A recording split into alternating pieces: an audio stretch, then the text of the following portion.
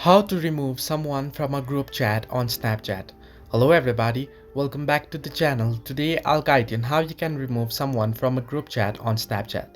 If you open up Snapchat app and head into your chats, now here you'll be able to find your groups here. You can see I have a group here right here. I'll open it up.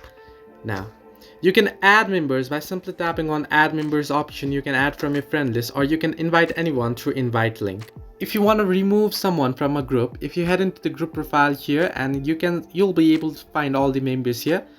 If you tap or long tap on their option, you'll get an option to remove from group. Simply tap on it and you'll get an option to remove them. Remember, you'll have to be an admin to do so, so make sure you're an admin, and once you do this, simply tap on remove and they'll be removed. Similarly, you can do so with other users as well. Simply tap on the chat username, simply tap and hold, and then tap on the red remove option and then tap on remove and they'll be removed.